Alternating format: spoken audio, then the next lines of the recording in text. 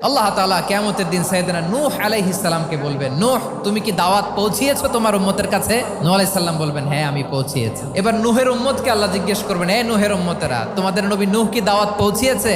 নূহের উম্মত বলবে, না আল্লাহ, কোনো দাওয়াতও আমরা পাই নাই, আপনারাও চিনি নাই, জান্নাতও চিনি নাই, জাহান্নামও চিনি নাই। নূহ আলাইহিস সালাম বিপদে পড়ে যাবেন। তখন আল্লাহ বলবেন, নূহ তোমার পক্ষে কোনো সাক্ষী আছে? নূহ আলাইহিস সালাম বলবেন, আছে। কে? উম্মতে মুহাম্মাদি। তখন আমরা বলবো, আল্লাহ, আল্লাহর নবী নূহ আলাইহিস সালাম তিনি আপনি যা যা বলেছেন ঠিক তা তার উম্মতের কাছে পৌঁছে দিয়েছে। এবার নূহের উম্মতের সাথে আমাদের ঝগড়া লাগবে। তারা বলবে, তোমরা আসছো আমাদের হাজার হাজার বছর পরে, তোমরা কি করে জানলা? তোমাদের সাক্ষী